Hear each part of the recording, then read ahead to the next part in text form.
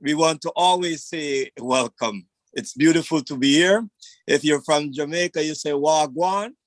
We want to welcome the universe, the African family, to this gathering today. Before I start, though, I want to just take a moment to remember our ancient African ancestors who built ancient civilization, the original indigenous people on planet Earth, who built economies of higher culture and built pyramids, who went across all of Africa and developed in the global family. Sometimes we are forgotten, but we want to remember all of our African ancestors.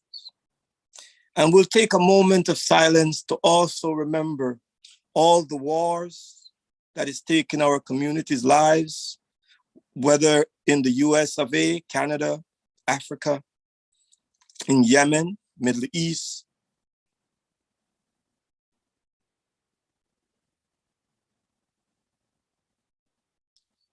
Ashe. Well, we are going to discuss today, and we want to thank Bese, Saka and CANCC for bringing a powerful group of panel to this conversation. And this conversation today is really talking about generational wealth. It's often overused, misunderstood terminology. We're talking about real estate and sometimes land. We're talking about investments as well as the African Black community. And so here I start off. I'll start this off. I am Kofi Sankofa, and I got these names up in a place called Latte in eastern region of Ghana, in the Aquapim region. My African ancestors in ancient times, they considered generational wealth to be health, human resources, the community. We never had insurance. We never needed it. We never need none of those things because we had the people. So when we speak of generational wealth in the old times, in ancient times, we're talking about the people, building for the people. As we move and scattered and we move away from ourselves, we now are looking at developing a new generational wealth. And so, you know, for me as an African, this is a powerful, powerful vibration. So here we go, generational wealth. What is it? Investments, real estate. We're going to have the conversation today. It is a conversation from our panelists. And so what I'm going to do is I'm going to start with the first person I saw on here today. When I came in, I saw the person. I'm going to start with him. Mr. Kenneth, Toppin, could you please introduce yourselves? And please tell us something that we otherwise wouldn't know about you after finish telling us about your real estate vibration. Yeah, so my name is Kenneth Toppin. I'm a real estate agent here in the Greater Toronto area, focusing predominantly in the Durham region. About 80% of my business is in Durham, and then the other 20% is on the outskirts. I'm here with my protege / mentee, call him Young Daniel. So I thought he should just jump on and just hear what I got to say as well. So he's going to be here smiling in the background. Yeah, so you want to know, sorry, the question was about a bit about myself and yeah, and like something, you know, I know you do real estate, so I want to hear about that, but I want to hear something else that we don't know about you. Nobody will. I want you to share something else because oftentimes we see you as real estate, right? But more than real estate, you know, you are also a human being that have different interests. Yes, of course I do.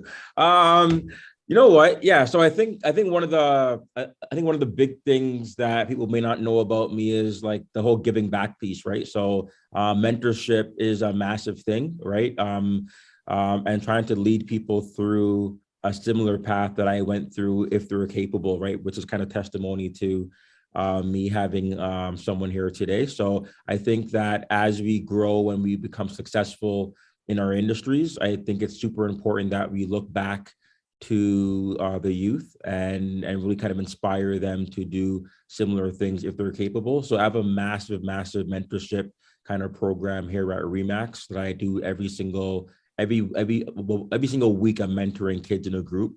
And I think that's something that people don't know about me that I don't really push too hard either. All right. Thank you very much. I'm going to go to Sister sensaRaNeb. Hello, greetings, everyone. Thank you for having me, Brother Sankofa. It's so hard for me to introduce myself to you because you know just about everything about me. I run a company called CANCC Wisdom of Life, where we take real resources from lived experiences to help our people be the best they can be. I use ancient, traditional, and modern healing methods. And like Sankofa said, financial wealth is part of our health. So here today, I'm here to talk about a business opportunity where we could invest money and compound our return on investment. Shit, thank you very much. And then we're going to go to another sister of mine, our sister Tasheka Cooper. Hi, good afternoon, everyone. Good afternoon. Thank you, Sankofa, for having me. And it's always a pleasure to work with you. My name's Tasheka Cooper. I am one of the partners of our brokerage, a mortgage brokerage called More Mortgage Inc. We are located in the Mississauga area. We service not only Mississauga, but all around the GTA and different parts of Canada as well as the US. So our main goal is to provide more options for our clients, whether it's residential or commercial property mortgage financing. We deal with different aspects of refinancing, as well as providing funding for clients for any shortfalls they might have in regards to purchasing a home. And for myself, a little bit about me, I've also just launched a additional business, virtual call center to actually give back to the youth and other people who are looking for employment and maybe just want to look for work for home type of environment to provide customer service, administration, as well as marketing for mortgage financing, auto financing, and tax filing services. So I'm really happy to be here and to share knowledge with like-minded individuals, and I look forward to it. So pass it back on to you, Sankofa. Madasi, thank you very much. So this is going to be a good vibe. So right now we want to introduce Sister Sagal Abdi. She's from the Black North Initiative. And today we're really talking about that home ownership project that's going on over there. Greetings, sister. Greeting to everyone. Thank you very much for having me and thank you for that quick introduction. So my name is Sagal Abdi. I am a program manager here at Black North Initiative. Black North Initiative has been created back in 2020, right after the fall of George Floyd. And of course, it has set a bit of a trailblazing. We have almost close to 500 corporations who have signed a pledge to eradicate and remove barriers for anti-Black systemic racism. There's still a lot of more work to be done, even though we do have a lot of engagement. And the piece that is really pushing me to be here for today is one of our program, which is the Homeownership Bridge program. And I'll be speaking about it a little bit more in terms of what is the affordable homeownership option that we're offering. Thank you very much. It's funny. Normally I have a balance, or probably more male. Today we have Kenneth in the middle and all our powerful sisters here. So, Mr. Kenneth, we're gonna have to use you back and forth to balance the yin and the yang. So let's go to Mr. Kenneth, since you just got to deal with it today, the power of these sisters. So here it is, real estate. I want you to tell us what propelled you to decide you want to make this revolutionary move? Because not everybody follow their dreams. Tell us how you come to get into real estate. How did I get into real estate? So you word my profession so amazing, like a revolution. I'm a revolution. Yeah. But yeah, I mean, how Can't even jump into it. To be honest, my grandfather owned a lot of properties, right? My grandfather owned a lot of properties, and I always used to see him with a bunch of cash in his hand, like growing up. So I just really associated money and wealth with property ownership at a very, very young age. I never met the man a day in my life, but I just would always see him in these old time pictures, just like counting old with cash in his hand, right? So not the best reason to jump into any career, but when I was young and impressionable, I just saw that and I associated, what did he do? And he was into construction and a lot of property ownership, right? So when I was 22, I ended up getting my license in real estate, right? So I went for the test went for the test and got licensed back in 2010, sorry. That's how I actually got into it. Now, I was working corporate at Rogers, right? I was working at Rogers up until 2014. I was trying to climb the corporate ladder, right? I probably got turned down by, about 5 or 6 interviews when I was trying to grow. And I just got tired of getting turned down or interviews. So I'm like, I quit. Right now, back then it was easier. I had no children back then. I wasn't married. I didn't have a mortgage. I was still in my parents' basement. So the risk to jump, if I failed, I kind of had a false safe with his mom and dad. But I did end up quitting in officially 2016. And then I just jumped into real estate full time. Yeah. Wow. And it's funny, as you said that, you were more freer when you were younger. Because if you had families and children, you'd have to think. A lot of people are in that situation right now. I have mortgage, I have this, I have that. What do you have to tell them though? Yeah. So number one, I don't want to turn myself into a self-proclaimed hypocrite here, right? Like, it's easy for me to tell someone now to quit your job, be an entrepreneur, follow your dreams, have faith.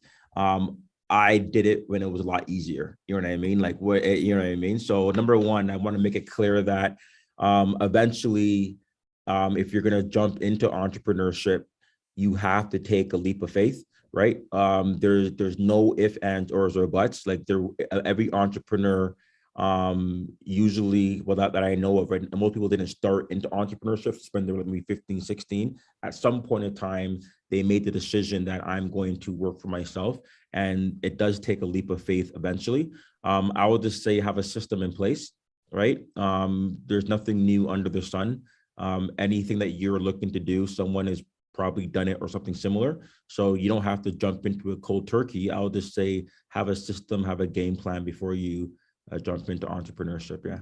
Medasi, thank you. And then we're going to jump to Sister Cooper. Now, Tasheka, here's the question I have for you. Why are you engaging in the idea that you want to move a certain segment of our community into home ownership? Why are you inspired to do this? Well, the inspiration for myself comes from seeing everybody else, other cultures do it. And a little bit about what Kenneth said. You pretty much don't have to reinvent the wheel. You see it, find a way or a system that works for you and a plan, and set yourself up to win to accomplish your goals. So that's my major thing, especially going through what we've gone through the past 2 years. Makes me even more passionate about helping our community and allowing them to see that there is a window of opportunity for them, as well as other cultures out there that have that goal, coming from another country to Canada and wanting to purchase property as a generational wealth for themselves and their family. Thank you. I'm going to go all the way to Black North because I like the idea of, because people always been calling this place the White North. So I am glad when Black North is here. Black North, could you tell us what qualifies somebody? What's the qualification if I want to put in an application? Absolutely.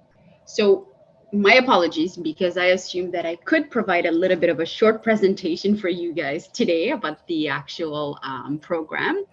But in a nutshell, when it comes to who is eligible for the program, there is a criteria of about 6 to 7 different eligibility requirements that you must meet. The first one, of course, being that you at least need to be one of the household member in your house has to self-identify as Black.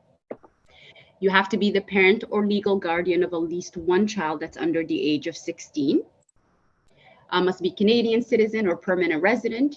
You have to be a first-time home buyer, currently renting. You'll have to be employed full-time or at least full-time equivalent, which could be a combination of 2 part-time jobs that would essentially amount to a full-time work. And then you'll have to also have worked in Canada for more than 3 years in order to be able to show a bit of a consistency in terms of income, and have a gross household income that's going to be between 65,000 to 90,000. You also do not need to have any ongoing bankruptcy, consumer proposal, or credit counseling programs. That's in a nutshell a little bit of the eligibility requirements. Of course, if there's anything within that preview that actually does not meet the requirement, we will have to take a look at it on a case-by-case basis. Beautiful. So just so you know, I'm going to make you rest at ease, my sisters, this. So you have a presentation you did for 1 hour. So I'm sending it out to the world because that one, you explained it, yeah? Yes, so that is going out to the universe right now as well, because I recognize, because I break bread with families, and I knew that was going to happen. So I've been sending that 1.5 hour presentation. So people will also get it with this one. So if they need further information, they could get the full length presentation that you did previously. Yeah, so thank you very much for that. And we're going to go to Sister sensaRaNeb, and we want to talk about investment. How did you get and why did you get in the Novatech experience? Thanks for the opportunity. Novatech is a new company. It's a company founded by Black members that work in the crypto and Forex trading. But unlike many crypto platforms, it's all automated. I don't have to do anything. The professionals do the trading, and weekly I get to collect my rewards. But the reality is this was a vehicle that allowed me to compound my returns each and every week. So just imagine that you invested $1,000 today and the company paid you 3% weekly.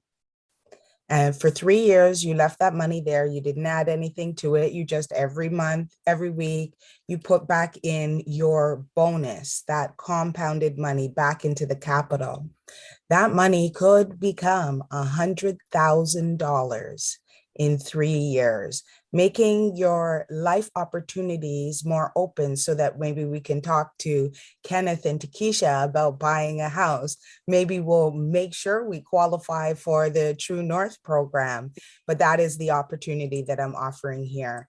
And I'm just putting in the chat right now something called a compound calculator. So if you're not familiar with compounding your money, right, play around with the calculator, pump in amounts that you would invest and how much you would get paid on your interest, and it will show you how much your money should grow.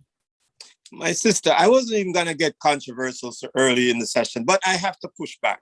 Look, I look at the crypto market and I have Bitcoins and those things, and I see the market falling. Is it a risk for me to invest in this kind of initiative?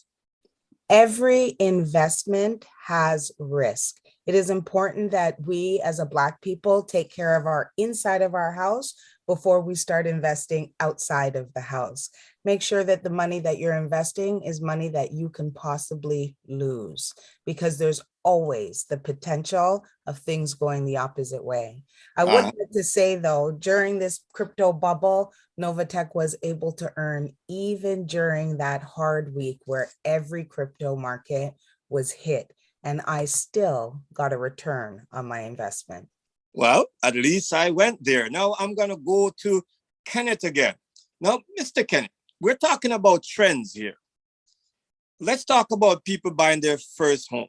What are some of the trends happening in the real estate market, and what difficulties do different members of the Black community have? And let me be clear, we have Black community members living below or at the poverty line. We have middle-class Black community members, and we have upper-class Black community members. So I'm particularly concerned about those living on the margins, though, Kenneth. So jump in here and tell me about trends and what's happening. How can we get people into a home? Loaded question, man. Here we go. So, you know, in order to buy a home or to own a home in Canada, now this is, I'm not going to talk about the Black North. So the Black North Initiative is their initiative that they have that I'll let my sister talk to that on the qualifications and getting in there. I'm just talking about like in general for everyone that doesn't even meet that criteria, right? You know, in order to own a home in Canada, you have to hit three things. You must have all three things or you're not going to own a home, right? You have to make money. You have to have income, right? You have to have good credit, right?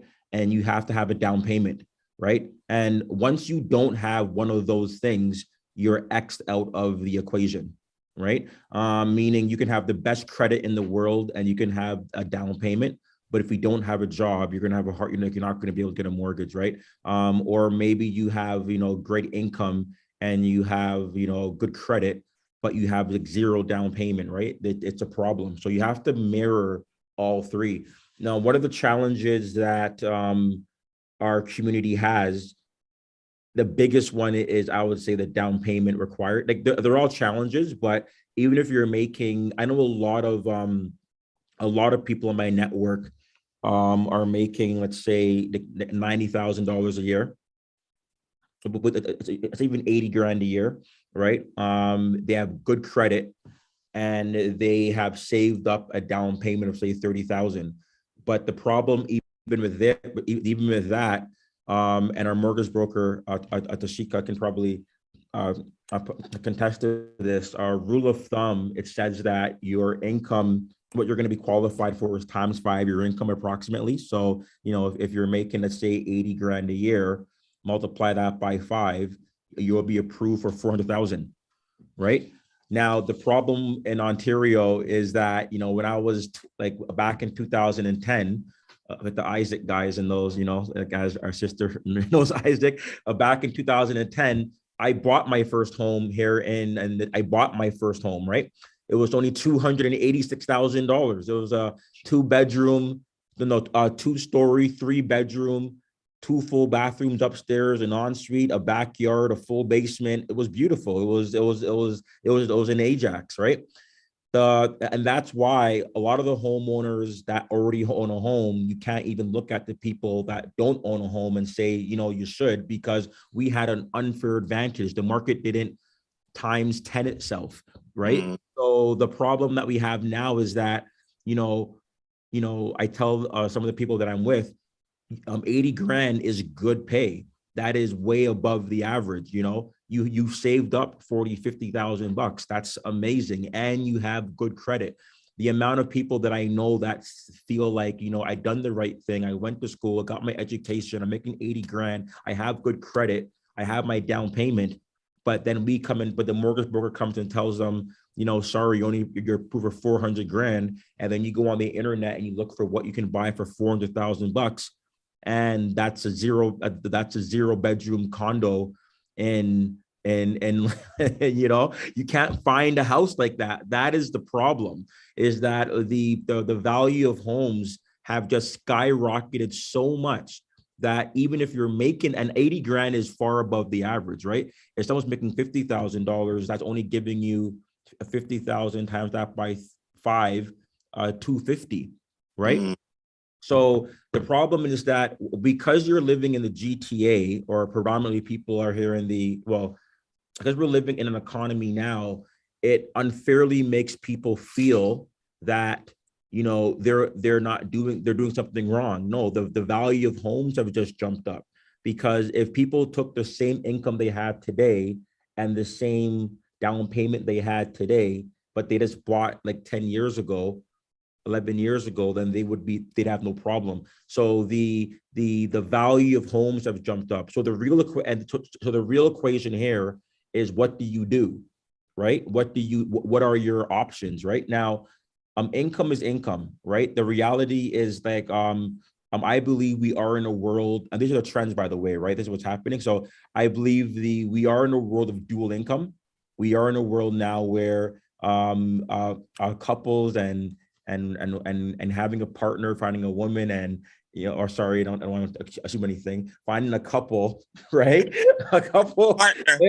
Don't crucify me here. I don't need. But a couple, two people together doing things together to put your income together in order to qualify for more, super important, right? Yeah. Doing things by yourself, just know that you would have to be making a double plus the average income. You know what I mean? So make more income. And I'm not here to talk about what jobs you can do and career choices, that's on you, but get more income, right? Credit, just make sure you have decent credit. That speaks for itself, have good credit. And then down payment, I can't help you. Like saving is the problem, because you can't go to a financial advisor. Like, you can't tell a person to buy one less coffee and you can save for a down payment. So the down payment's a problem. So realistically, I'm telling a lot of people that you've been priced out of the GTA market, and what you have to do is you have to just purchase away where the price point is maybe 400,000 and buy out there and rent where you are here. So strategies like that, because you can still buy some decent price homes for a lot cheaper away from the city. Yeah. Thank you. So now let me go to my mortgage person. I don't even like to use the word broker. I'm a poet, and if I was in the mortgage business, I'd call it mortgage money people. No broker. But the mortgage money people, come on, tell me about the trends. And I want to ask you specifically, there's some things the government is doing. Hiking interest rate. It looked like it might be a correction or not. What's going on here in the trends? Uh-oh.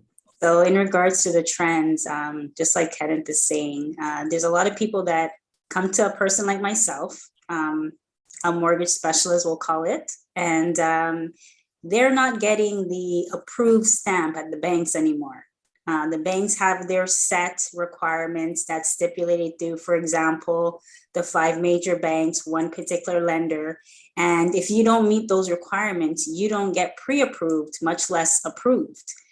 So there's a process and a trend that's happening whereby a lot of clients, I give a lot of advice to them in regards to maybe having somebody else that can go on the mortgage with them, whether it's a relative, a close sibling or a parent, somewhere of that sort.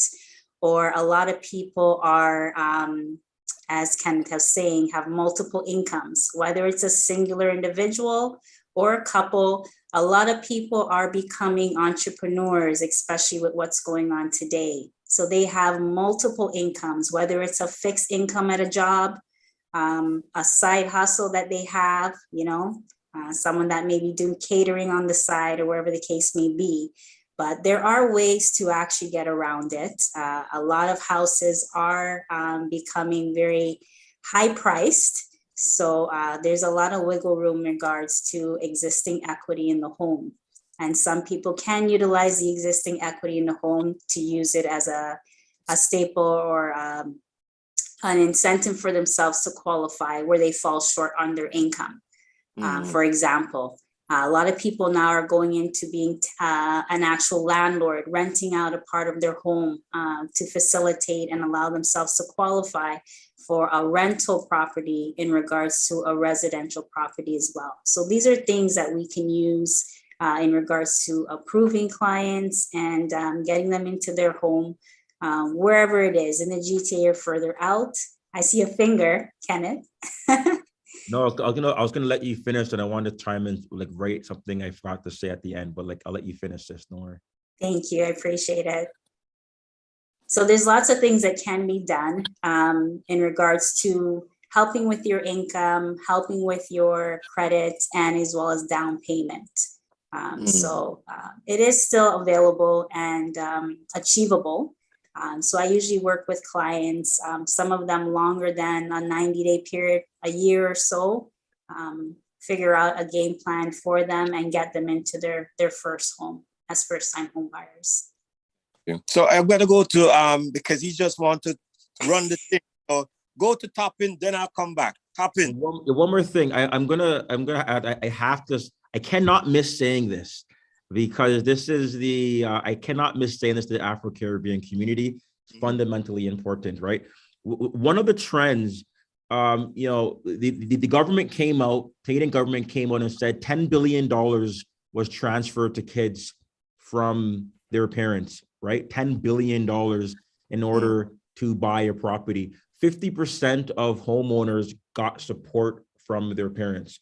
Now, this is me not having the now, of course, if your parent didn't buy a home, like, you're not in this category, but there's way too many.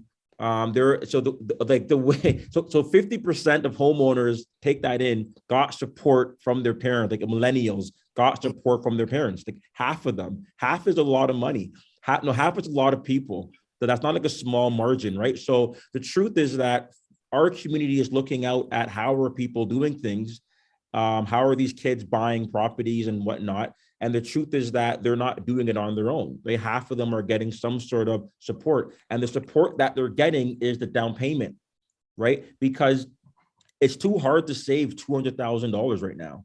Realistically, that's like 100 grand saving, 150. That's a lot of money to save. I just had to save $15,000 to buy a home in 2010. Now we need to save for that same home. I have to save like 200 grand. It's not realistic. It's very hard, right? So the way that when you go to big communities like Brampton and you know, and you know, the mom looks across the street and their kids are there, you walk down another street, the grandmother is there, and you walk, you know what I mean? Is they build up that community like a Brampton, right? From refinancing their properties and reinvesting, right?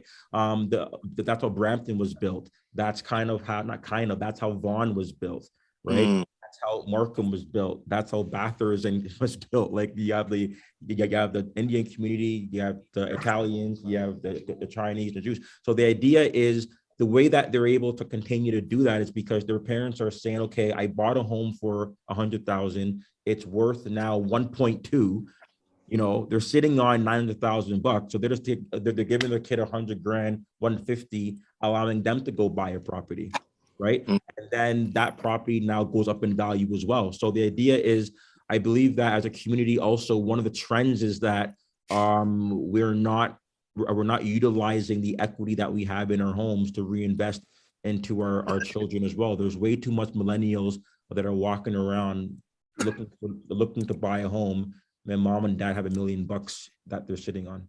And I'll come back. So let me go over to Sister Sagal with this question. I'd like to know how this thing came to be, how the funds got into Black North Initiative, as well. Who are the partners supporting the project for the Black families? Absolutely. So that's a very good question. And I think a lot of it also comes down to some of the challenges that Kenneth was referring to. This is essentially what brought forward the program itself. So if we take a look at it in terms of the partners for the program, it is in partnership with Habitat for Humanity, GTA, and it's also in partnership and empowered by Dream Legacy Foundation. Those are our two partners. Of course, the Dream Legacy Foundation is responsible for the recruitment, program outreach. They'll also be essentially supporting the application process and engaging with families throughout the whole program. Habitat for Humanity, GTA, will be responsible for acquiring the homes. Usually they'll do that by engaging with for-profit developers or even with their own Habitat build.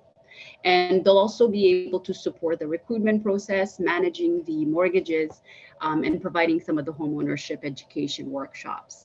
The program itself is definitely about affordability and homeownership affordability. It's really a solution to be able to allow you to access homeownership.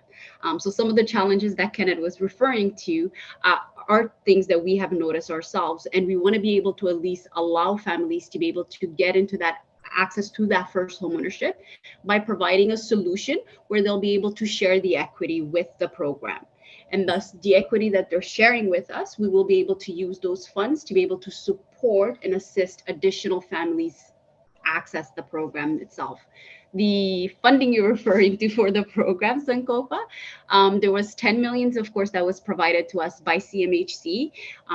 The CMHC is a SEMP loan. So it is a loan on the books and on the records of Black North Initiative. And it is going to be essentially what would constitute, we have a 2 mortgage model. So the families will have to access into a first mortgage that's usually going to be anywhere between 200 to 250,000 that they'll have to actually access, and get through a regular traditional mortgage union or credit union, a credit lender, I should say. And the second mortgage is what will the funds be constituted of. So essentially the SEMP loan that we're getting and other grants. Peel Region has also allotted us a grant for their area. So those funds, all of those funds, will essentially be able to create the second mortgage. And that second mortgage is actually a silent second mortgage, which means that the families will not have to pay into it until they have actually wrapped up their first mortgage payments. So it's a long-term partnership we're hoping to have with the families. Usually partnerships are about 25 years. And yeah, that in a short, small manner, a bit of the summary around the program. Good. And we'll come back because, each person will eventually get on the hot seat. If there's one thing, with Uncle Sankofa, Brother Sankofa, we're gonna find out some of the nitty-gritty in the program, right? Because I was reading it and you have to read it because, you know what I mean? There's so many things that you have to qualify for. So we're going to come back to that another time, how people can access probably info sessions and things like that. So let me continue over to Novatech. Nova means new. So let me go over to Sister sensaRaNeb. Sister, could you tell us, because we're talking about money, people don't have a lot of money. But I also know that people could enter these spaces with not a lot of money. So could you tell us what is an initial investment if somebody wanted to get into that crypto Novatech space? Well, I'll tell you what the initial investment is, and I'll tell you best practice, right? So the initial investment could be as low as $99 and could go up to as much as you want, right? Getting 3% weekly. Now, when I entered, I, like most Black people, had some skepticism about investing my money because, like Kenneth spoke to about our perspective and mentality on financial wealth, right? Many of our people have some religious ideology that talks about, like we all know the famous saying that money is the root of all evil, even though that's not exactly how it actually goes. But we have these ingrained feelings. And then on top of it, we're hearing, oh, crypto's unsafe, these markets aren't for us. We're hearing all this other stuff. So I invested $250 because it would cover my $25 monthly fee. And in 1 year, my amount doubled. So I had $494 invested and it paid my $25 for 12 continuous months. So I've worked out that the best practice, best numbers is that $1,000 investment in hopes of getting that $100,000 in 3 years if they maintain their 3% returns, because $100,000 can really change the outlook of our Black families. But you know what I heard today, and I was smiling. A mutual friend of ours was explaining to me that his daughter just purchased a property in Edmonton, or what we say in Alberta. And he was so happy to let us know that she withdrew some of this Novatech funds and now buy a real estate, which is real property. And what's your thought about balancing a portfolio? How important is that, not to have all your money tied up in one or the other spaces, but across the board? Well, they say diversify, diversify, diversify. And we know investment strategies get you money in order to get you into other markets. One of the things that I've learned in the financial world is that those that are at the top invest in real estate. It's unrealized capital gains. So I could be sitting on a $1 million home or a $2 million home, but I don't yet have to pay any taxes other than, my property tax on the amounts that house is worth. But yet I can use those amounts to leverage into my equity to make more investments, to make more financial gains. So that I believe she's doing the right thing. And to be able to take her investment from Novatech just makes me smile on the inside. Medasi, I'm going to go run to Black North because Black North is where I'm at. Sister Sagal, I want this. I was reading an article the other day. It was a very tough article, but I'm not even going to deal with the article. But what I want to ask is, we know that 200 families by 2026 is probably a drop in the bucket. My thought, right, in order to be positive as I get older, Sister Sagal, I'm trying not to fight with other village. No, I'm trying not to fight anymore. I'm trying to be part of the solution. And this is what I thought, and then I will let you speak. My thought was there's probably hundreds of thousands of African people from Nunavut to Spadina that needs support around housing. My thought was maybe what we need to do, Black North and the other Black organizations, is to sit down and make a reparation claim against the municipal, the federal, and the provincial governments to provide a $10 billion fund, right? So, but I like when you guys said scale up, but that's my initial thought, that this would have been reparations for the hundreds of years of enslavement, anti-Black racism in the banks, covenant restrictions, because I study history, Sister Sagal, so I know what has happened here and across the world for Black folks. But that was my thought, without saying, let's not, 200 people, yes. But my thought was a bigger thing. So what's your goals about upscale? Absolutely. Brother Sankofa, thank you for speaking on it, because we definitely feel the same way. We know 200 homes is not going to solve it. It's just basically the start. We really want to be able to first take the program at a national scope.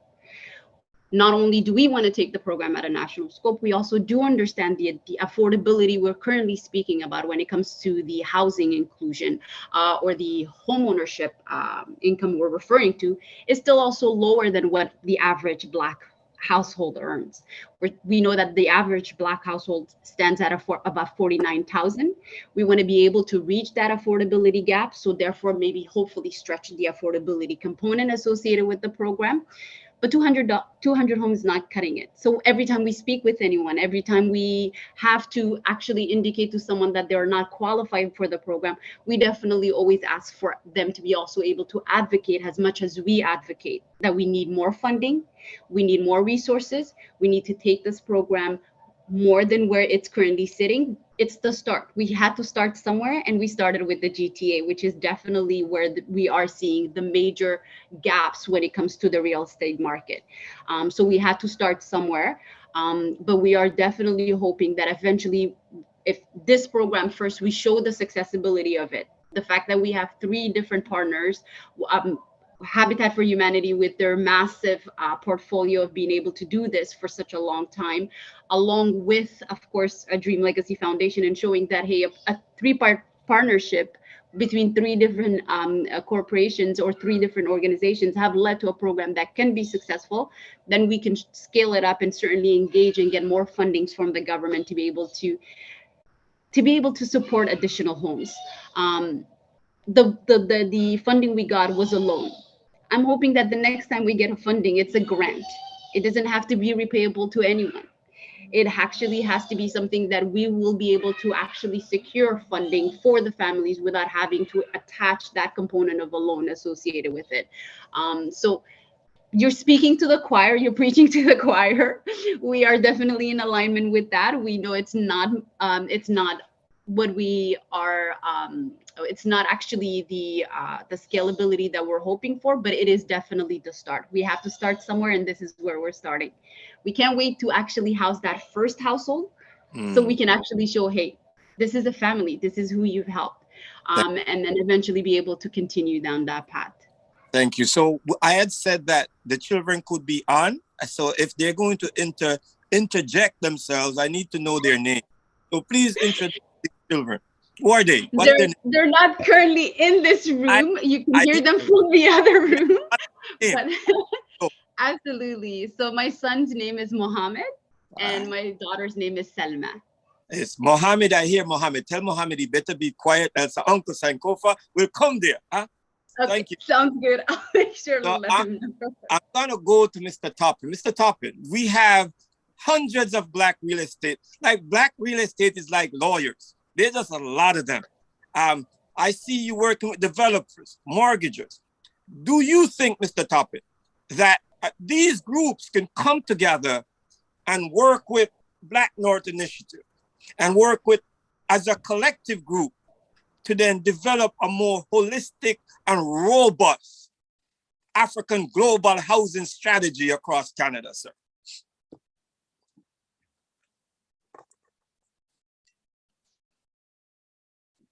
Mr. Toppin. Oh, sorry. Do you hear me now? Yeah. Yeah. See, you always ask these loaded questions, man. It's a lot. That's why I'm doing the interviews, because I am the controversial one. You answer, Mr. Toppin. You said you don't want to fight, but you want to demand reparations, right? I mean, yeah. But you know what I would say? I mean, it's like, coming together. I mean, it's easier. It's kind of easier said than done. You know what I mean? And I think what the Black North Initiative has come together to do so far, I think it's amazing. I don't think you need an entire. I don't think you need all the realtors combined to make a path. I think that you just need the right key players in place to make a move. For example, Dream Legacy, Isaac Olawafi. I mean, if you get that guy in a room with a few other people, you're moving mountains, right? So I think it's just about the key players coming together. 70% of realtors are part-time, and like 90% of the income is made by 10% of the agents. So I don't think you need too much agents out there. You just need the right key players. That's number one. When it comes down to a strategy, you know what I mean? Like it's and now we're getting into the economics of Canada, and you touched on this earlier when you're talking about the interest rates. You know, we have seen massive drops in the value of homes over the past month, right? I'm talking about in some areas, 300 grand less, in most areas, 100 grand minimum. So home prices have dropped due to interest rates, but it's not enough to make a dent for people to penetrate the market, right? The reality is that income credit and down payment, the value of homes are high, and we can't control the value of homes in our end, right? So are the value of homes going to eventually drop to again 400,000 across the GTA? Probably not. I think that you know what I mean. So the real question is, what would that strategy be if we were to come together? And it's tricky because it's driven by the value of homes. Right? It's in correlation to the value of homes, and I don't foresee the value of homes going back to 2010. I see them dropping as they have been, but we're always going to be hit with the dilemma of how does a community get into the market when we have not been in the market for the past 10 years. So I think I'm going to push back on you here. I think I just need to be controversial at this point. So I'm going to push back at you. You didn't give me an African answer, so I'm going to push back. So let me say this. African answer. There's land in GTA. All right. So there's land. There's Black developers here. Right. There's Black money here. Right. And we can always pool funds and build and then make the offer to our villages at a certain price point. Like I could decide not to sell something for 1.2 million rather than and make 800,000 and still make a healthy profit. I am saying, do we need to make those sacrifices as capitalists, or can we?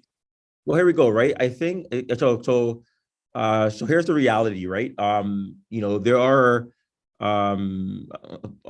some developers that, and there's only a handful of actual developers, Black developers in the GTA, by the way, right? You have Dreammaker, you have SACMET, Golden Triangle Group, the Wiltshire guys, and they all know each other. You know what I mean? It's only a handful. Yes. And is there land? 100%, right? There's a Black developer, a Golden Triangle Group. They're building about 120 homes in the Durham region.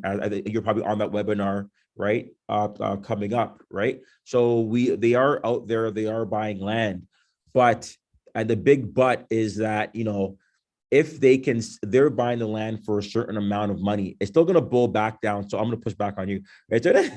It's always going to boil back to, it just boils back to price point, right? Because they're going to buy the land for a certain amount of money. They're going to need to, they're going to need to sell this product at a certain amount of money to turn a profit, right? And when you talk about knocking, and in order for them to literally make it affordable, like home prices in the $500,000 range of 450, they're gonna have to knock off like 350 per unit in order for it to make it work, right? And 350 multiplied by 120 units, you're asking them to knock off a lot of money to make it work. It would take a very, very, very nice individual to do that. You know what I mean? That's where the problem kicks in as well, right? It's the affordability of price point. Okay, so I'm not pushing back now, but I'm going to add to it. So you know how Black North Initiative are going to get the grants? Right now they're getting loans. Let's say they get the grant for the 350. So the developers don't need to take the hit.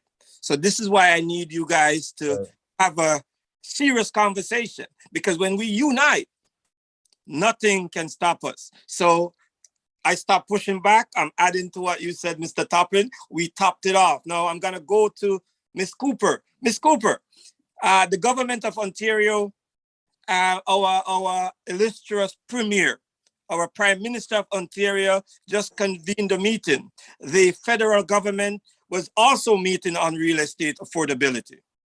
What's your thoughts on that? Do you think the Black community need to convene its own summit and get people like the people who actually can't afford it to the session? People like Mr. Toppin, he's one of the top dollars guys, so he's gonna be there because his name is Toppin. We're talking about Black North Initiative. We're talking about the Minister of Housing. Should we convene our own cross-section, across country, national summit on creating that $10 billion fund? Because I'm not asking, that's reparations, yeah? Yeah? So what's your thoughts on that, my dear? Well, I think you did touch on a point of unity. When you're united and we work together, we're more powerful as opposed to a single entity. But in reference to getting funding, it should be something in place that a bunch of organizations can come together and maybe put something out towards the government and let them know what our needs are, what we see in our communities. Because at the end of the day, we've all lived somewhere where we see the needs of the people, of our Black people. We see where they struggle, where they fall short. We see that maybe they don't have a parent that has equity in a home or a home at that to be able to borrow from and be able to afford their own home. So unity is always the priority, I would say, in order to get things done or started and let our voices be heard, especially if we're going to a hierarchy like the government body. We have to be prepared. We have to have a system and plan in place, and we have to work together to have a consensus of the mind that we are in a position to win by fighting for our people and our rights and wanting to see everybody do well and be able to afford housing, whether it's an aspect of the GTA or further out, right? I believe that why should someone have to move away from their comfort zone if they already live in the GTA? It's better to find resources and incentives or grants like Sister Sagal is trying to look into, so that we as a Black people have an opportunity to get our feet wet and become first-time home buyers to build generational wealth for, you know, a legacy for our children and children's to come. So that's my insight on it. Thank you very much. And we're going to get into some different models of ownership as well. We're going to go to Sister sensaRaNeb. And a lot of people, since they're afraid of technology, you know, and there's a word that we've been dealing with these days called hot. It's not my word, but the word is hot. And hot means honesty, open and transparent. And I wish it was my terminology, but somebody gave it to me over a couple of days ago. So how do we talk about when I'm afraid of computers? People are afraid of technology, sensor. You have to go open something on a Novatech. You have to go have a wallet. Like the only wallet I used to know is the one in my pocket. How do you talk to people about technology and Novatech? Well, the reality is a lot of the people who I'm speaking to are adults, and they grew up in the era like I did, where computers came into mainstream as we were a child, right? I always say to people that when I was in college, I had a digital typewriter and I was ahead of the game, right? So the fear, right, fear-based actions that others have about technology is real, and I can empathize with that, which is why we've developed Friday night sessions where we sit together for an hour and we go through some of the technology pieces and the learning pieces with Novatech. I will walk side by side with a person so that they can enroll and understand, because it's really empowering on every Friday to be able to open my account, see how much I've earned, and then be empowered to make the decision whether I withdraw it and take it and use it for now, or do I reinvest it and compound my investment? So Wow. we're here to support. Thank you. I'm going to ask a question for everyone now, right? And I want everybody to think about the question, right? I'm going to go back to housing. And Toronto community housing, it used to be Metro housing, rent to own. I hear Sister Sagal talking about double mortgage, two mortgage, one silent.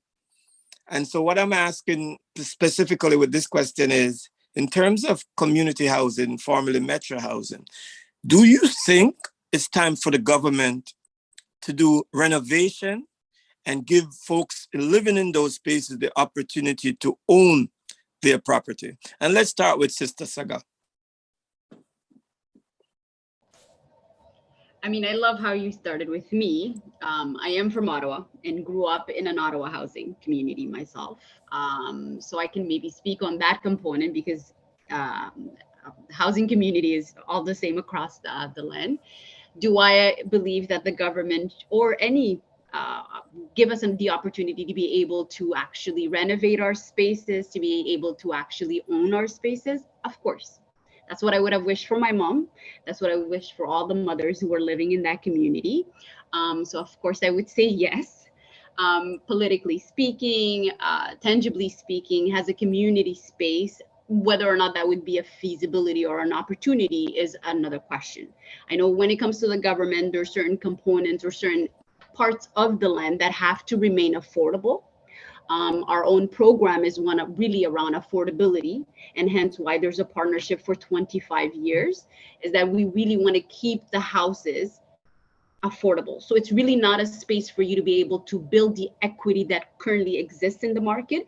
It's really a space for you to be able to tap into a certain form of equity, so you can take that equity and then therefore use it whichever way you like, whether it's for retirement, whether it's for vacation, whether it's for you to be able to maybe use it again for your children's future and for their education, or perhaps even be able to access the regular real estate opportunities and be able to use it as a down payment for that space. So we do, I do want to come from that component, understanding that of course affordability or keeping certain homes affordable is definitely a requirement for all programs level, and of course also consistent with the undertone of our own program. Now, I think I want to also circle back a little bit with what Sister Tasheka has been saying, is that when it comes to unity and comes to us getting together, we're all in different spaces. We're all really trying to push the agenda forward for our community. And I think that's how it should be. We should not all be focused into just pushing one agenda forward. We need to diversify. We all need to be able to branch off and actually push the agenda on all area, so that we can actually achieve a lot more affordability across the realm. The understanding is, of course, like you have indicated, Brother Sankofa, is that there is different levels. Our community is at different gaps when it comes to their income. There is those who can actually go into the real estate market and maybe perhaps might just need a little bit of assistance when it comes to that down payment. There is, of course, others who will need assistance in terms of engaging that regular that space of being able to access that the mortgage. But there's also others who might be just really in that space where they might be staying in that affordability component and staying in those community houses. So they still require that dignity and they still require that sense of dignity. So for us to be able to push the agenda on all realms for everyone involved would definitely be a good thing. And that's kind of the unity and the mindset we need to come from. It's not us pushing one agenda, but it's definitely us pushing all agenda and for our community all across the nation. So I accept, but I'm going to give a rebut. So the rebut is this. I agree with you, but when we're going to develop a strategy, I'm a revolutionary African. Peter Tosh taught me this, and Marcus Garvey, that since each of us, we have this big need that we convene a national strategic summit from Ottawa, Nunavut, everywhere across the country, and we involve everyone in the conversation. Because for me, I've been in the village working forever. And I recognize that what I would ask for reparations comes with loans, right? It comes with community housing spaces where people could own. It comes with building co-op homes. And so when we come together, we could ash out a global perspective in Canada.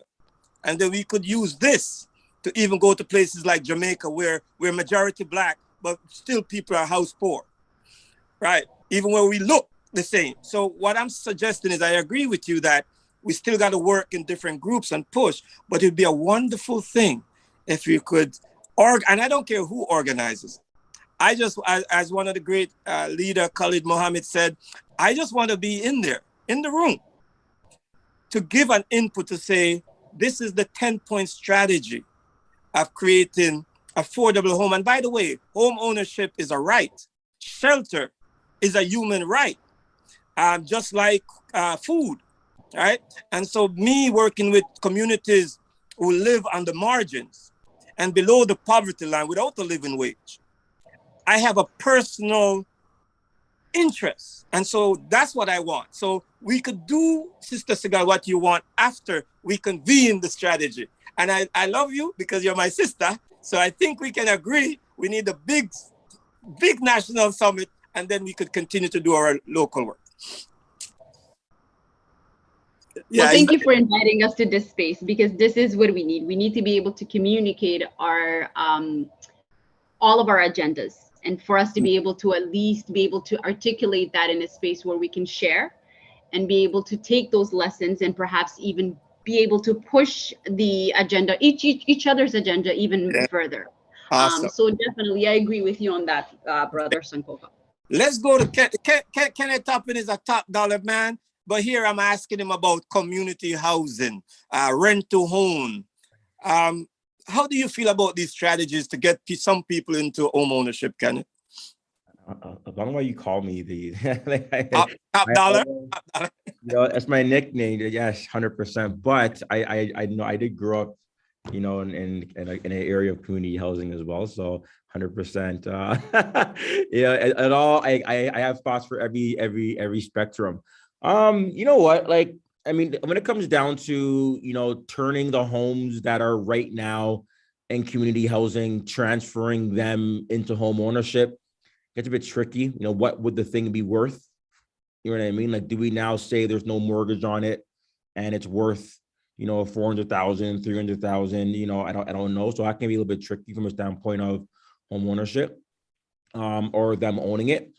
I think one piece though is that we live in a country where there's a lot of land and there's a lot of builders who want to build houses, and there are a lot of people that want to actually live in them, right? So I believe that a big opportunity is something that you mentioned earlier, which is a government owns a lot of land. So for them to sell us land at an amazing price, for them to help us build these homes at an affordable price by support then we can now go and sell those homes at affordable prices to our community. So I believe that when we have the builders, we have the land, the government has the funds they have the means to give us the land, and they have the means to subsidize the building costs. So our developers can go and sell the land sell these units for cheaper. I think that is a large opportunity that is not being explored. Thank you. Thank you very much. I suggest we agree on this one. So let me have a sip of my coffee on this. I love you, my brother. And so let's go to Sister Tasheka. In terms of homes and different techniques like rent to own, are you a fan of these things? And the reason why I'm even saying this, Sister Tasheka, the other day I got a call that in one of these homes, the roof is busted open. The rat, and it's not even a mice, the rat is coming onto the bed where the child is sleeping. I got so mad about to call my construction people to go in and fix it my darn self, because I don't think, and none of my parents, none of the community people I work with should ever live in such conditions. At this point, I'm thinking maybe the government need to invest to fix these homes in such disrepair. Give the people an opportunity to own their own home. And who determined that? So we might have a different price point for these homes, because they should be able to go to people who need affordable homes, right? Because this is not a capitalist marketplace with these homes. What's your thought on this as I get passionate? Because I got to show my passion here. What are your thoughts, Sister Cooper? Okay, and I just want to apologize because my system just shut down. I don't know if you realize that, because it just totally locked off. So I'm back tuned in. Sorry. But I agree with what you're saying. At the end of the day, affordable housing is the key.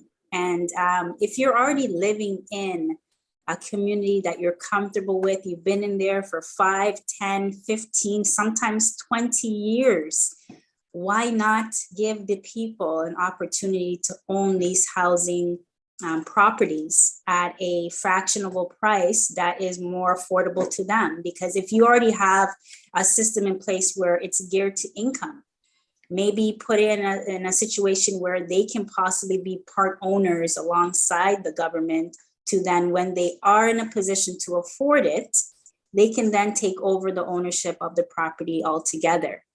Just putting ideas out there, because I see it all the time as well. Like, you see people living in Toronto housing or any type of housing. And you know what? If they took the time to actually maintain the property, give the actual people that live there an opportunity to have home ownership as an option, and maybe work together with them in a sense where, the demand for housing right now is very scarce. There's not a lot of properties available to everyone.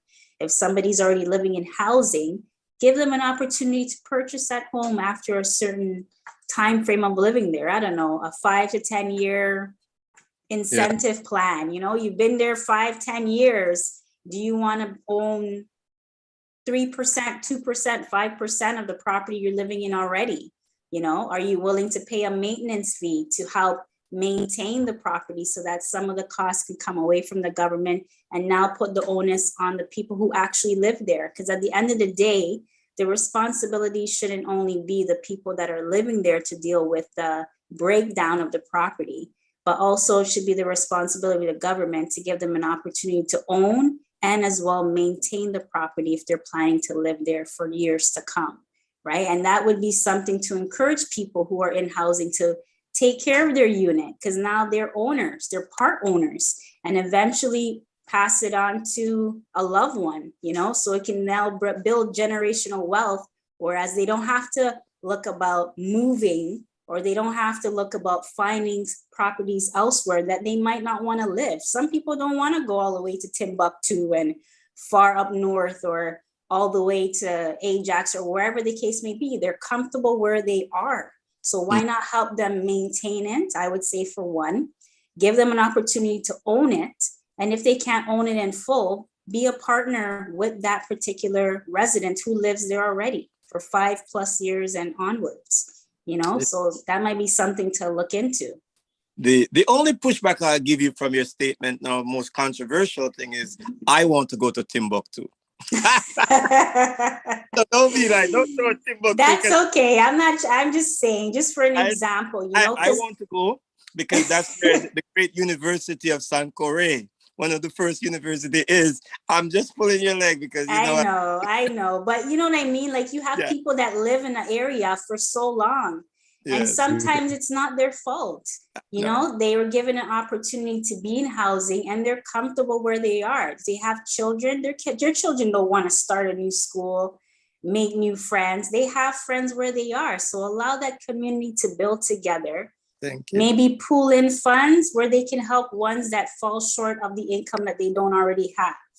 Yeah. You know, just a suggestion to put out there. No. I don't know what anybody else thinks, but that's just my 2 cents. No, thank you. It's like a whole dollar. It's not 2 cents, it's like dollar. And it's no regular dollar. It's like a crypto Africa coin dollar. So, right. So let's Blessings. Go to Sensa. We have seen what the European Canadians call gentrification. Normally they pretterize the word and call it revitalization. We have seen it happen in many places. Currently it's happening, well, the Lawrence Heights, I was gonna say, AKA jungle, but let's leave jungle out of this because jungle is such a sweet and green place. But let's say Lawrence Heights. But we have seen it done in Regent Park. And we have seen some of it is done with businesses in the so-called quote unquote local Jamaica.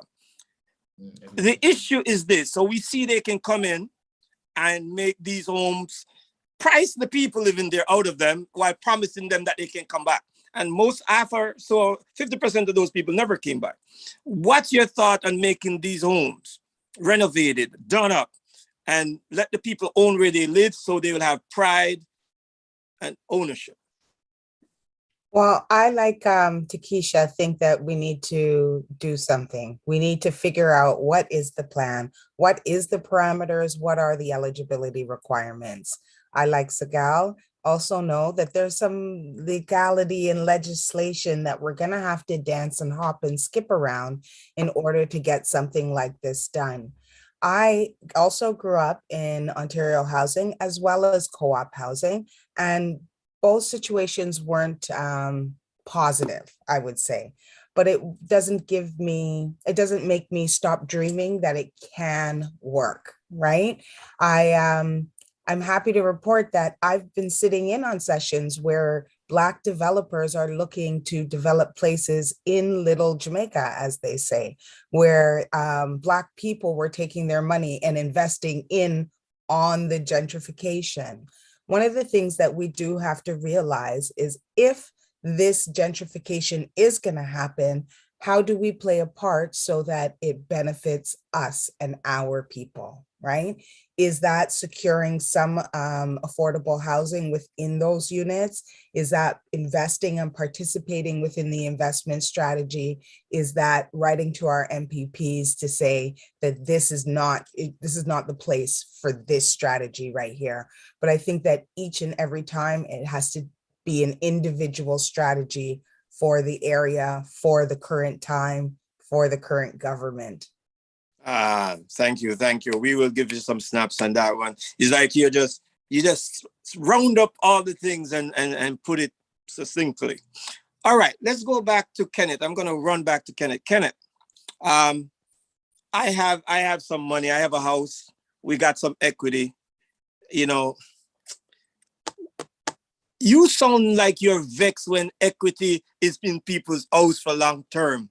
And you know why you sound so vexed? Like, it's $1 million equity here. I only have the home that I live in. The children need it. Investments. Talk to me about how do you think about first investment when you have equity in your home? What's the strategy? Well, here's the thing, right? So I bought my first one, I bought my first home back in 2010, right? And it was 286. And then when I went to the bank, they told me like about 2 years later, it was worth about 400,000, right? And then they said that I can pull money from the house. And I said, what are you talking about? They're like, well, yeah, you bought it for 286. You only owe to like 70 on it, but it's worth 400. So you have the ability to use the money equity in your home to purchase another home. Then I'm like, well, what's the catch? And they said, well, your monthly mortgage payment is going to go up by X amount. But then when I calculated what my monthly mortgage payment would go up by and what I would get for rent on the home that I'm going to purchase, it would cover the mortgage on my new home plus the increase on the mortgage that I'm using to pull the money out for my first house. So I told the bank, so it's a free house. And they said, well, no, Ken, the financial guy was being a financial guy. He like, technically speaking, Ken, it's not a free house because of, I'm like, whatever, it's a free house. Like I didn't do anything for it to go from 286 to 400,000. I didn't do anything, right? Now I'm using the money I didn't do anything for and buying another home. And that other home is not costing me anything per month. So in my brain, it's a free house. So once I realized that you can, and then I bought a home for 400,000, but that home today is worth like 1.4. And then I pulled equity again. I bought another home for 327, and that home today is worth like 1.2. You know what I mean? So the idea is by leveraging, I didn't do anything differently. Like anyone could have done that back in 2010. So by refinancing your home, pulling out equity and putting it back into the market, millionaires were made in the GTA. So I think that it's a fundamental thing. We cannot sit on our money because there's better things that your money can be doing for you than sitting still. Thank you. Yes. You. Not talking, I want to just motivate you to, and you know what's funny about this? This is the thing, right? So you have a house, right? Yes. I'm going to come at you. Are you ready? Yes, go ahead. Remember you said we're going to make it fun. You know what I mean? You're going to make it, let's make it fun, right? Let's make it fun, right? So the thing, so not to go into your personal stuff, but let's say, how much would you say your home is worth? I would say maybe 750. And how much do you owe on your mortgage? Oh, 200. All right, 750. He's calculating my business out there, folks. I'm not sharing my money. Go ahead. 550. And how long have you owned your home? 2011. 2011. So right now we're in 2022. So for about 11 years. Yes. So 550. So you bought it for 750. You owe 200. That means you have 550. A 550 of kind of equity there of earnings. 550 divided by 11 is $50,000 a year. Divide that by 12. So, and where do you live, buddy? Where do you live? I'm in Brampton, man. Like the 750s. Sure, it's not worth more than that. No, I was lowballing it. Lowball me. I know you're lying. Don't lie to me. I'm not lying, but I don't listen. There's a correction market. I'm a conservative investor. Prior to the correction, what do you think you're at? I think it was probably 8. Like it's a small thing. It's not a big square feet. There we go. So let's say, for example, hypothetically speaking, you've been making around $75,000 a year off of this thing from holding it for X amount of time period, assuming you're worth a bit more than 750, right? So 75 grand divided by 12, right? It's like $6,000 a month. Yes. You know what I mean? $6,000 a month you've been making off of your home, right? So the reality is like what makes real estate so interesting. It's the one thing that people do, but don't automatically duplicate. You know what I mean? Yes. The only thing. Yeah, you know what I mean? If you're making $6,000, any other thing in life where someone is making $6,000 a month, they would say, I'm doing it again like now. But real estate seems to be the only thing where we have to, we don't automatically say, let's continue to do this, right? So that's why I tell people it's so important to, I don't say, you know, I'm not knocking anyone who hasn't pulled equity out, but it is just a fundamental important thing to build wealth in this country. It's by refinancing your home. That's why the policies are coming where they're going to stop, they're going to a mortgage broker, they're coming for us now. They're coming for the people with the HELOCs. I'm not sure what rule they're going to come with, but any rule they come with is not good. You know what I mean? I don't like it. Because they know, because just watch, right? The growth of the market, it's not even the first time buyers who are growing the market. A lot of the time, it's the second time buyers it's second time buyers, right? So they're saying, hold on, the market's jumping not because of first time buyers, it's because of the second time buyers. So they're just like, well, where are they getting the money from? They're borrowing it for nothing at like 1%, 1.5% from their home. It's too cheap for the second time buyers to build wealth in this country because you're borrowing money and it costs you nothing to borrow money. So they're just like, this is a problem. Interest rate hike, interest rate hike, interest rate hike, right? You're taking over the panel because you're unruly. But Oh, he's not. I want to chime in. One more thing. So now, because they know that's how you build wealth in Ontario. It's by pulling money from your home and reinvesting it. So now they're going to be stopping it soon. So I think that anyone who sat on their money for the last 10 years, I don't know, I think you jump quick. Okay, you're making me feel sad. So I'll go to Tasheka. Later, man. I'm sorry, man. You started it. I'm joking. I'm sorry, Sankofa, but I have to agree with Kenneth. So this is about to get very interesting, and I like the flow of the conversation now. This is the biggest issue that we have. A lot of people are sitting on 50% plus of equity in their home. Based on the calculation he just computed, you're at a 25% loan to value. Very, very little. You can essentially borrow from yourself another 25%, get to 50% of equity in your home, and purchase a new property with Kenneth. You can flip that money, make additional income, and like he said prior, get a property, rent it out, and be mortgage free. You wouldn't have a mortgage on your existing property or rental. Tasheka, you know what he can do? He can actually pull money from his home, buy another home, and sell it to someone for cheaper. Yeah, exactly. So you put yourself in that trap, Sankofa. I'm sorry. Yeah. I'm sorry you did. Because you know what? Honestly, this is what we see all the time. We don't see people buying. Majority of our business right now within my brokerage, okay? And I own the brokerage again, More Mortgage Inc. with my two amazing business partners. We have lots of agents. It's refinance.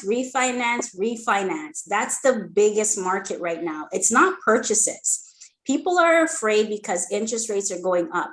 We don't focus on interest rates. The market's always going to go up and down. We provide solution-based resolutions for our clients because what? They need money. You're going to always need money no matter what you want to say, whether it's investing with our sister at Novatech or trying to go through our other sister, Sagal, through their Black North, or meeting up with someone like myself to help you with reconfiguring your investment that you already have in a property, and then seeing someone like Kenneth who's going to help you purchase a new property and so forth. But at the end of the day, you're always going to need money. Why? Because you're going to need things. You're going to need to have a place to live. You're going to need food. And how are you going to provide for yourself if you keep going to an entity that's charging you 20% on a credit card or higher on a different entity when you have a mortgage at a 2.5% interest rate or lower and you're not borrowing from yourself? It makes no sense.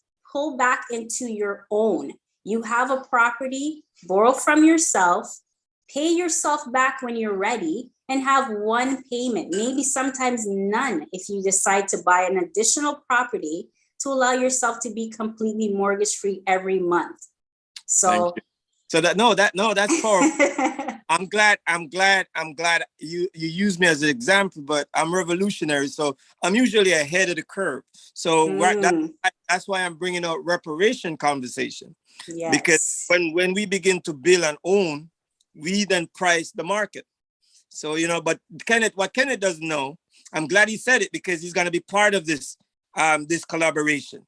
Tasheka, you're going to be part of this collaboration because it's going to need all of us, including Black North. So I'm going to run to Black North. Black North, Sagal, come in. Come on stage, Sagal, Sister Sagal. So right now,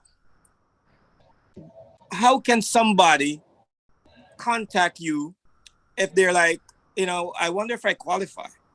How can they, what's the best way for them to connect with you and start that process? Absolutely. So that's an easy one. You just go on our website, www.blacknorth.ca.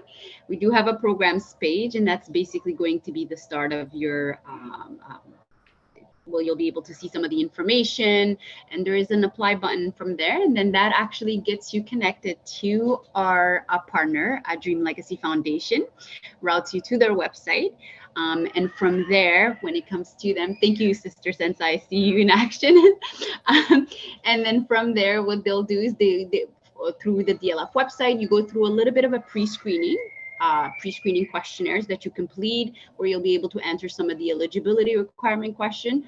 Once that step is done, we will actually just quickly filter through and reach back out to you to indicate if you are, of course, qualified or non-qualified based on the eligibility requirement. So that is the start of the journey. What other services or programs, because I'm sure you have quite a few, that you offer as well? We do. Absolutely. So we do have a couple, of course, of different bursaries that we currently are rolling out. Of course, our main focus, or I should say priority, or one of the main mandate we have is really to address equity, to address and actually accomplish a more equitable and diverse workforce.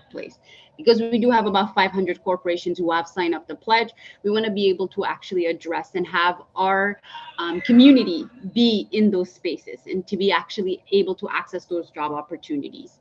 And in doing so, of course, it was indicated, particularly if we take the example of the legal profession, that there is not enough individuals in the pipeline. So we had to actually start a little bit earlier, and then we focus now on bursaries, scholarships. So we do a lot of that. We do have a Youth Accelerator program, which was a partnership with CIBC and Boys and Girls Club, where we have selected about 30 youth, or I should say 30 candidates. So they're young individuals. We have decided to actually get them as early as in grade 10, in grade 11, so we can actually help shape their work experience and also help shape their access to university. So help them with those applications, help them perhaps maybe even develop an area of interest or education that they'll be interested in tapping to. And throughout the journey, we will not only provide them scholarship, but we'll also be able to provide them internship opportunities and as well as mentorship along the way. So that is sort of the model we follow when it comes to our scholarship. We do have also another program that we are just recently launched, where it would be about housing Black artists. That's a partnership with Daniels Corporation, being able to offer Black artists the opportunity to live in a space where they can actually develop their craft, but also in a space that actually will allow them to be dignified enough where they can actually have studio and showcase their art at the same time. So there is, of course, this is just the start of some of the programs we have. There is a lot more we're hoping to bring forward down the pipeline, but essentially that's a few of the ones that we have. We're going to come to you, but I also want to give a shout out to our African communities in Ottawa. And I want to say African people everywhere in a global context. We have to kind of have liberation on our mind and justice. So I just want to make sure your African community over there in Ottawa know that we're giving them big love and shouts, We're going to go over to sensaRaNeb. Now, somebody heard, we talked about Novatech, the new tech, FX. How do people get a hold of you, connect with you? Is there a link that they could follow up and kind of learn and get a more intimate idea of the supports involved around investing in this space? Yes, so I have put in the chat already the 2-minute video that will give you a synopsis of all that we offer. I am now reposting my contact information. Feel free to reach out to me in whatever manner suits you best.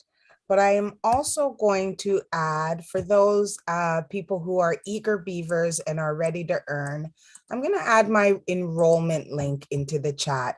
And I do suggest, though, that you still contact me and let me walk you through all the steps, because changing your money from crypto space to another platform can be quite difficult. So I'm here to support.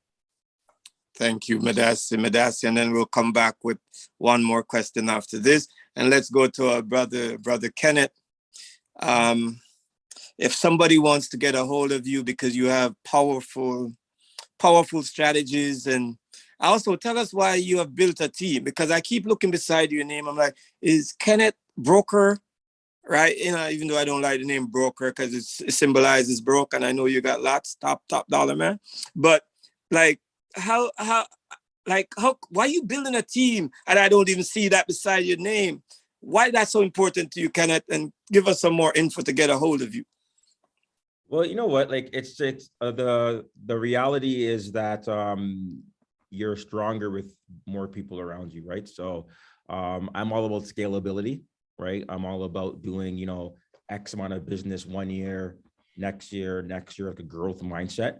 And in order to grow, you have to just have a sufficient team around you, right? So I have, you know, I have a team of mortgage brokers. I have stagers, I have photographers, I have videographers, I got cleaners, I got home stagers. You know what I mean? I have people that do literally the putting signs in the yard. I'm not there with my hammer putting it in. I have a sign guy, right? So I just have I have 2 admins. You know, I have buyer agents. So I'm more focused on selling the property.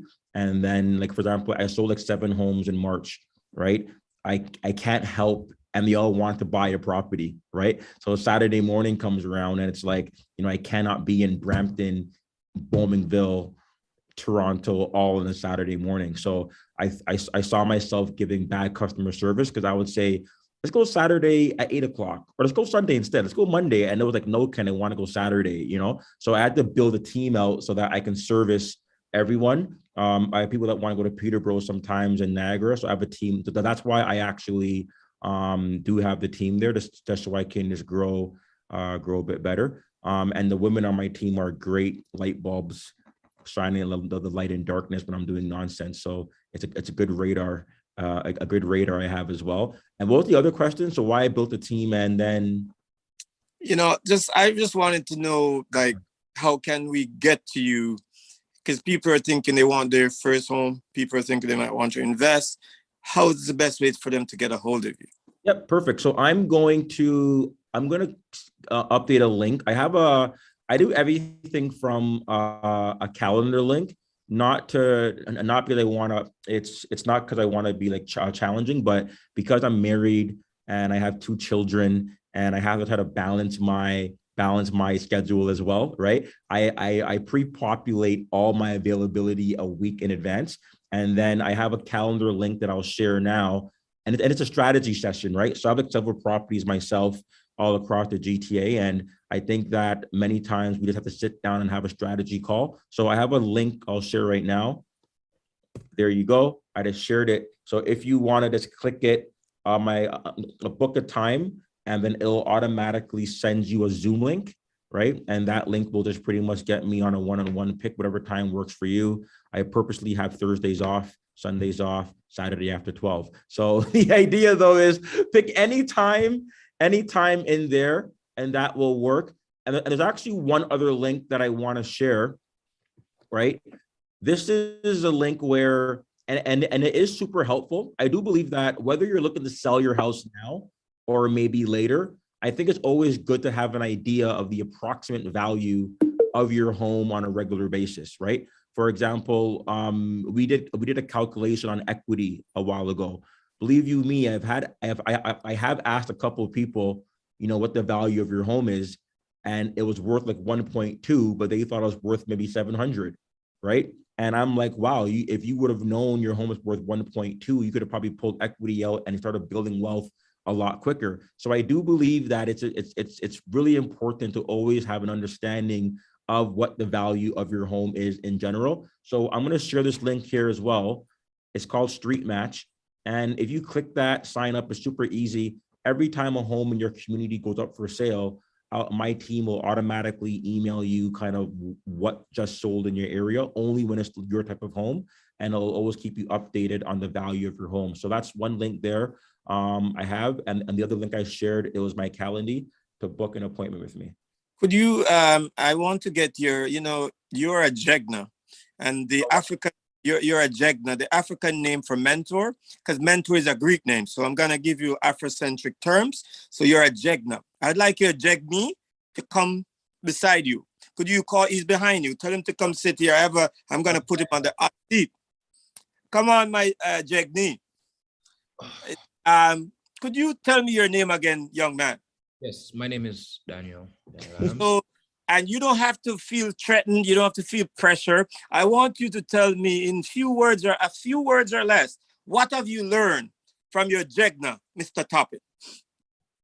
What have you learned from me? Yeah, what have you learned? Oh, I've learned of the the importance of the Black community, uniting together, to find a strategy in building that generational wealth, seeing that because of the current market that we're in, right? So, like we were mentioning earlier about the other races and how they created that wealth. So it's very important for us to come up with ideas and strategies and unite together and see what works best for us, right? Because I would say it's pretty selfish when you're looking out for yourself. So whereas if like Kenneth was talking about the Black builders, if y'all can come together and use the resources, for the moment, put that I want to make money aside for now and think about others, think about the generations that we're gonna make an impact upon, right? So that is very important. And yeah. And I So, yeah. Before you talk, I just want to also say the resemblance become uncanny. You guys are in the suit together. All right, Kenneth, you can go ahead, Kenneth. I think there's only 20, the hell, 22? Yeah, I'm 22. Just turned 22, the most serious 22-year-old guy. He's just like, go chill, smile for a bit, man. It's not that serious. But he's focused. I like him. He's just young, serious, the most serious, mature 22-year-old kid I've ever been in my entire life. You know what I mean? So super proud of him. That's all I wanted to say. But thank you. I think if we also replicate these things, we will be better when the younger generation learn earlier how to scale up, how to develop wealth, generation wealth. I think you're good. So thank you for being a good Jegni. And thank you, Mr. Jegna. Let's go to sensaRaNeb. Sensa, as we are winding down, could you tell us a little bit about the other part that we never spoke about, but we always need a spiritual center. As African people, we always say, we need an African center, a place of spiritualness. So tell us how people can contact you about connecting with your spiritual side of your business. For Sa'ank Wisdom of Life, I have many healing tools that I work with people directly. One of the things I notice is most of our families that were raised in priority neighborhoods or Ontario housing have similar life situations that research has shown can create negative outcomes in their adult life. I'm here to help people heal those past traumas and become their best selves. I have a number of tools that I use, some very simple and easy, and some much more long and protracted, like one-on-one consultation. So the contact information I put in, I can put it in one more time for you. Just connect with me. I do groups, I do individuals, I do free consultations, and I love to talk. Medasi. And we go to Sister Tasheka. Could you tell us how you help people to build credits and a little bit more about, even at one point I knew you had a women group where you were getting women to come together and work on owning. Could you talk about even your credit building work? Okay, hi Sankova, thank you for that. So I was working with connecting with women, but I found that I didn't want to just segregate it to women alone. So that's where I came in to launch my new business called Kai Solutions Financial Inc. It's a platform that, again, I said it's creating a way for people who might not have experience or a job, but are able to create an income for themselves through this platform. And it's a virtual call center is what I'm launching. So a part of what I used to do is also going to be a part of this platform, but being open to the youth, to women, men alike, and starting with our community first and foremost. A lot of the times we tend to want to get support elsewhere because we feel like the lack thereof of support within our own community is not there. So I really want to promote everybody to work together and just togetherness in itself, you know.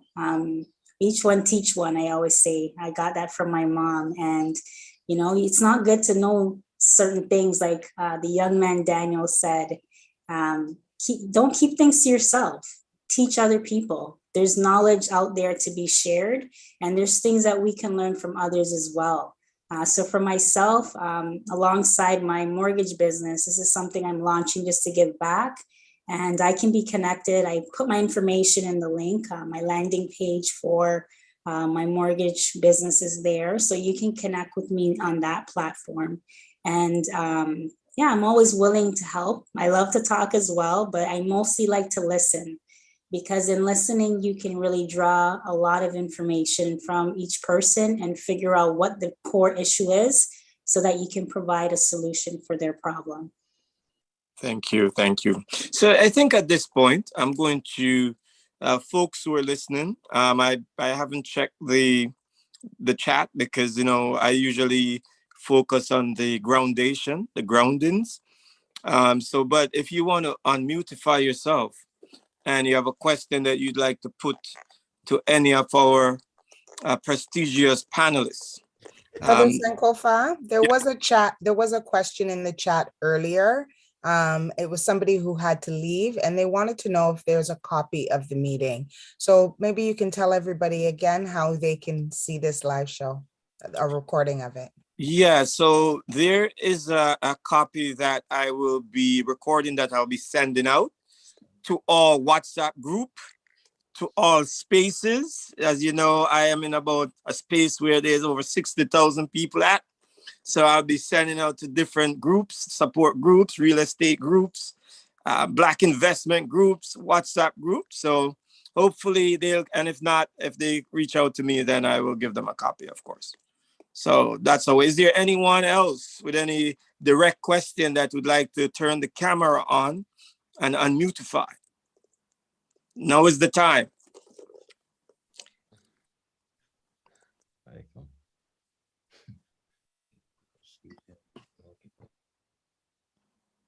Okay, so if I don't hear anything, I'm gonna go back to Sister Sagal. I'm gonna come across Sister Sagal. You know, and I just love. Listen, I'm a Pan-Africanist. So when I'm on the thing with East Africans, African from Caribbean, Africans from Canada, I'm in a zone. So it's good to have a representation because I'm a global Pan-Africanist. What message do you want to give to our global Pan-African? Because I'm going to send a copy of this to my, what they call them, the group, my group from Uganda and Nigeria. We have a restoration group that they're all from the African continent. What do you want to say to our global African family, Canada, across Canada and the world? Well, there is a lot I want to say to the African world. Say it. But the one thing that I would definitely say is that some of us who have had learned experiences here in Canada, being raised here and so on, we also dream to go back home. We all definitely want to go back and perhaps maybe put some roots down there and just be able to. So welcome us is probably the one message I would share across. Whether we're visiting or whether we are actually hoping to relocate, please welcome us, because we do come with some knowledge and we want to be able to actually share that and grow the land over there. And of course, the other message that I would love to share is that we can do anything. We can achieve anything if we all put our minds to it. And if we all really try as best as we can to be able to fight some of the barriers we have. I understand that our African brothers and sisters are definitely dealing with some challenges that are also a reality over there. So I want to say we will continue to do the one thing we always do, as Justice Katanja Brown said, which is persevere. Let us not stop our fight. Let us continue to persevere. Ashe and Medasi Pa, Medasi. Let's go over to Baba, brother Kenneth Toppin. What message do you have for this generation and the next generation? Because we never built the pyramids for then. We built it for now. So we have to be working hundreds of year cycle. What do you have to say to this generation and the next? You know what? I mean, you always call me a different name whenever you introduce me. I love it. It's great though. It's amazing. Yeah, not that only I noticed that. Right? It's all right. But the message, you know what? Like I do believe that the narrative needs to be changed from high school. You know, like I think that from high school we were all trained. You know, go to school, get good. Get an A, get good grades, and go to university and graduate, then go to a job. And we were all trained to go and really work for somebody, right? Like that's the training.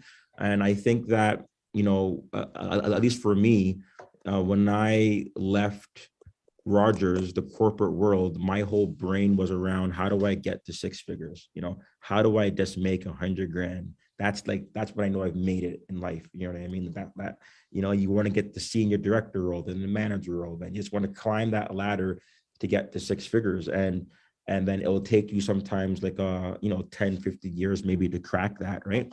And I'm going to tell my mentee here, as he's sipping on coffee, you know, it's just fine, by the way. I'm just being a douchebag. But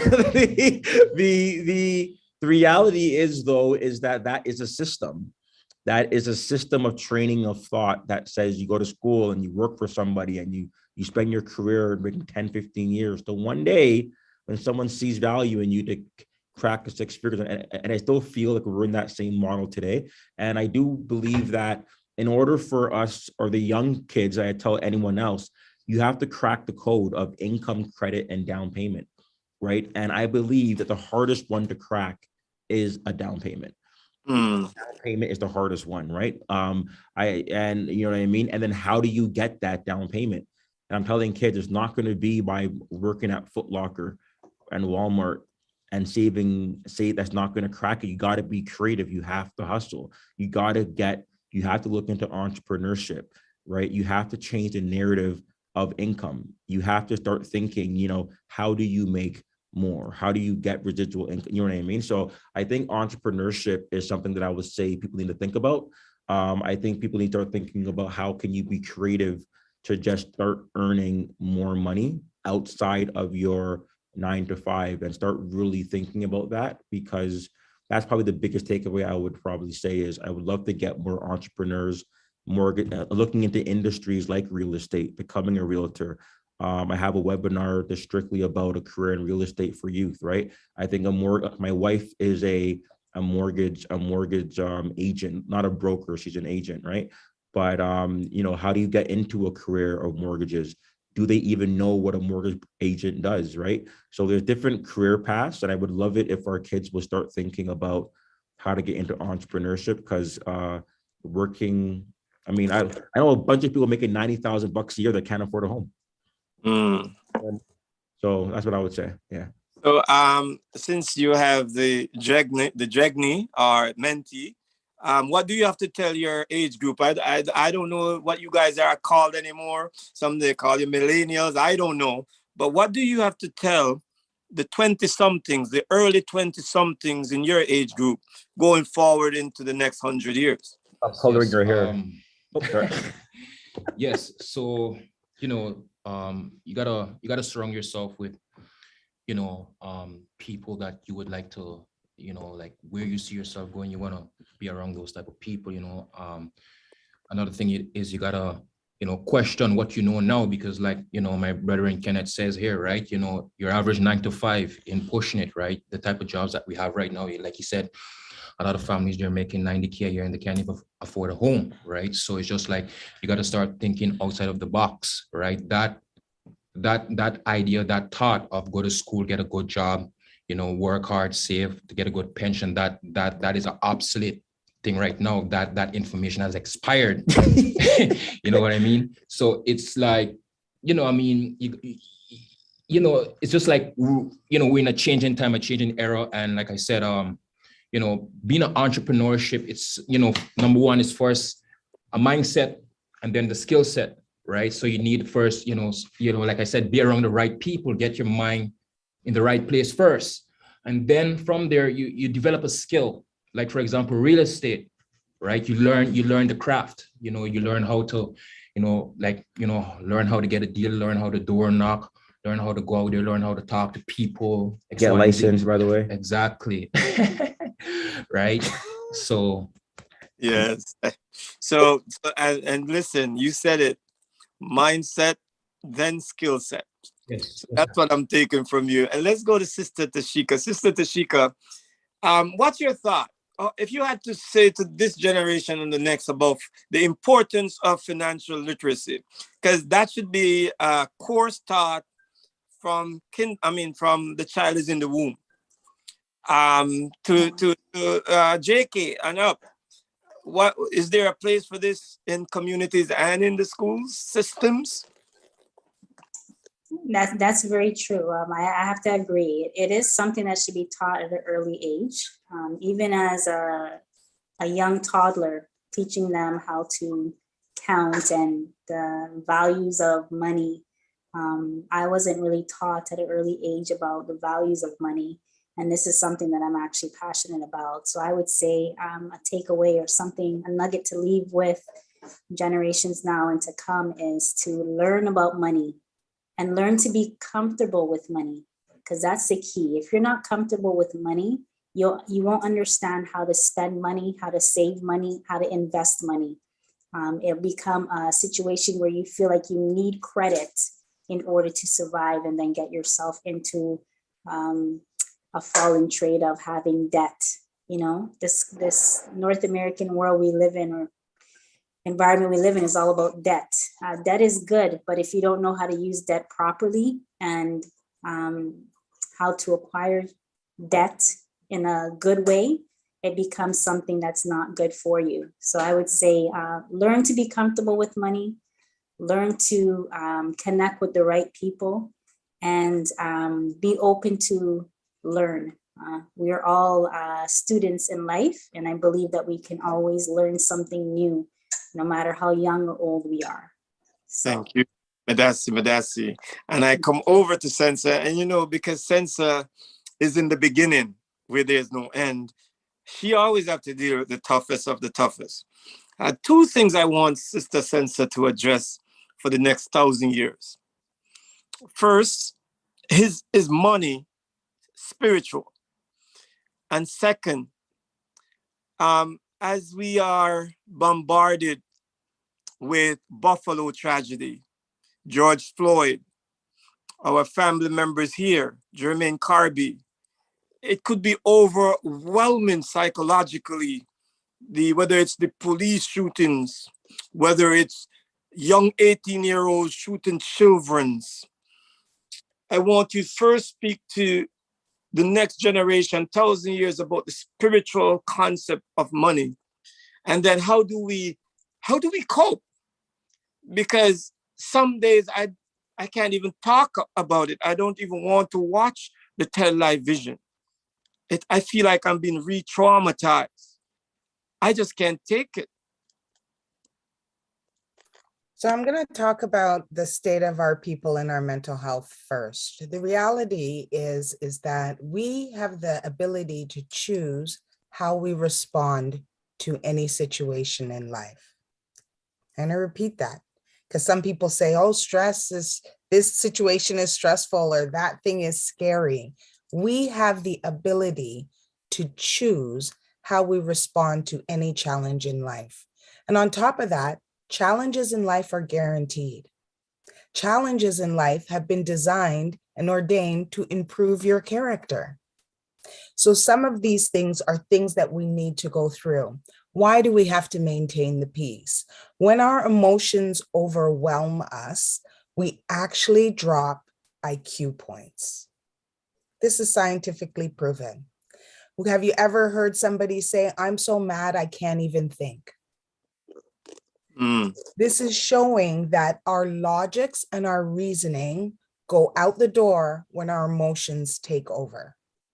Your emotions can be a catalyst, but it cannot be the deciding factor on the actions that you take.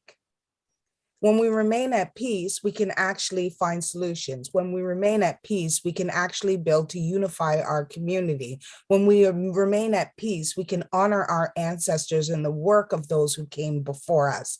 When we remain at peace, we join together and unify instead of separate.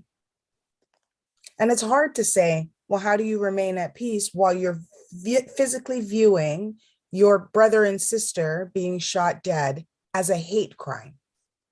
Intentionally victimized for this purpose.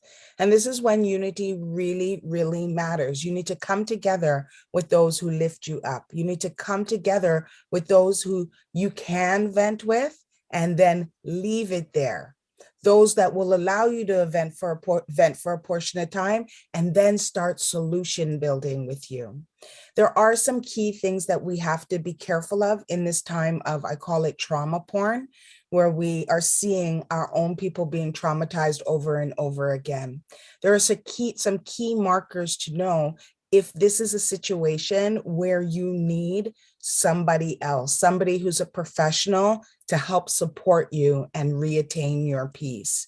So a few things, you say you're crying. Well, if you're crying uncontrollably for 30 minutes or more, you cannot stop yourself, you can't self-regulate, you can't self-soothe, that could be an indicator that you need a professional in your life. If you are walking around sliming people with the trauma, right? So it's hurting you so much that it's spewing out of you and onto others. That can be an indication that you need somebody else, somebody who's a professional to support you through this time in life. And I want us Black people to remember that sometimes we do need help. We tend to lock ourselves off, push things down, forget about things, take things easy, turn bad things into jokes, right? Those are all coping strategies, but we have to be aware of when we need something more. Medasi, well said. And we got money, spiritual. I paused there because I'm like, oh, I took up a lot of time with that first one. So let me see if there's time. The reality is the actual coin, the actual dollar bill does not hold any spiritual value, but the value or the quantitative value that we've attached to that dollar bill or coin is where the spirituality came from. The law of Ma'at says that everything is reciprocity, right? And our Kwanzaa principles for leadership says that we must have our money cooperating amongst our culture, right? So when I think of money spiritually, I'm really cautious of how I spend my little dollars and cents that I do have, right? If I'm buying a house, I'm going to look for a Black mortgage broker. I'm going to look for a Black real estate agent. If I can't find them, I'm going to find somebody else who's running an independent business because I want it to go back into the hands of the people. If I have to go to a conglomerate now, like say I need something from a Walmart, I'm going to go to the Walmart in my neighborhood. That way, the people in my direct community, the teenagers that are the cashiers, the parents that are the supervisors, that they have a place to be employed. But how we spend every dollar and cent counts. Medasi, that's good, powerful. Brother Sean, at this point, I'd like to see a Brother Sean who is one of the hardest working community businesses. Brother Sean, could you enter?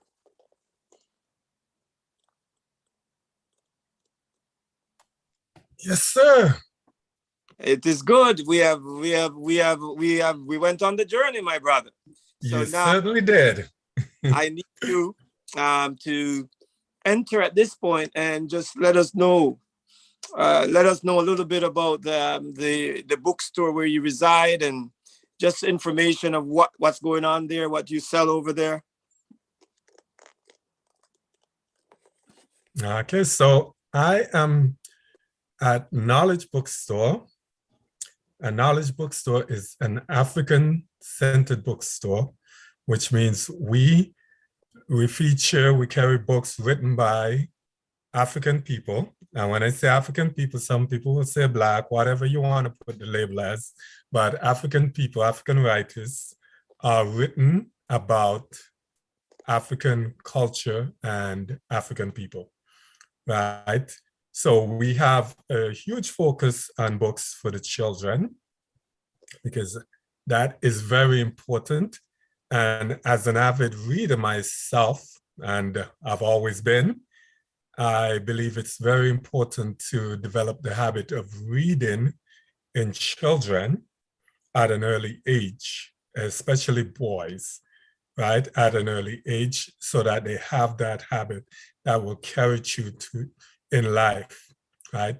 So we have a lot of other products. We do have beauty products, health products, shea butter, black soaps, and we also have gifts with imagery that's important. Something else that's important for our people is to be able to see themselves on products and being in a beautiful and empowering way, right?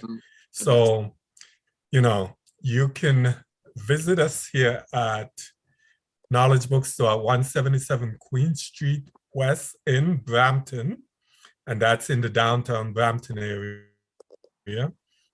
For those that prefer to go online, you can reach us at knowledgebookstore.com, or you can call us at 905-459-9875.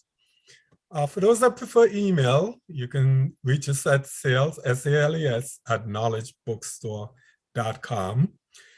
And hopefully sometime soon, we will be restarting some in-store events. We've done tons of those over the years, and, it'd be nice to have a few again. Thank you. That's awesome. So as we get ready to close out, is any of the panelists have anything that they were like, wow, Brother Sankofa, he wasn't thorough enough. He didn't ask me this particular question, and I don't know. He think he's so great at this job, but he never asked me this. So at this stage, I'm gonna open the floor for 10 seconds. Sister Saga, Sister Sensa, Sister Tasheka, my brother Kenneth. Is there anything I never ask you that you're like, if I leave here, I will not forgive him? If it's cool, I'll hear silence. Good. Wonderful. So I think I asked him a lot of questions. So before I go, I just want to thank CANCC, Conscious, Akoma, and Towaso Collective Corporation. It's a Black business, came together, group of investors from back in the day, 2012. So we want to give thanks, and also to the Bese Saka Cultural Solutions, Inc. It's a new Afrocentric business that's coming into existence. January 1st, 2023 will be the launch. And we're using a particular board game called Awari. And we're making Awari become the cultural experience. And so I just want to say, for whatever we spoke about today, all I say, it should all be governed under an Afrocentric principle. If we follow our Afrocentric principle with all we do, our ancestors and our future communities will look up on us and at us and with us with deep love and understanding. So I want to thank everybody. It's a pleasure to have you here today. And I say au revoir. I sound like I'm learning French. À demain. Au revoir. See you later. Later, everybody. I'm signing out. I'm tired again. Kapoor, Bye, take care. everyone. The recording has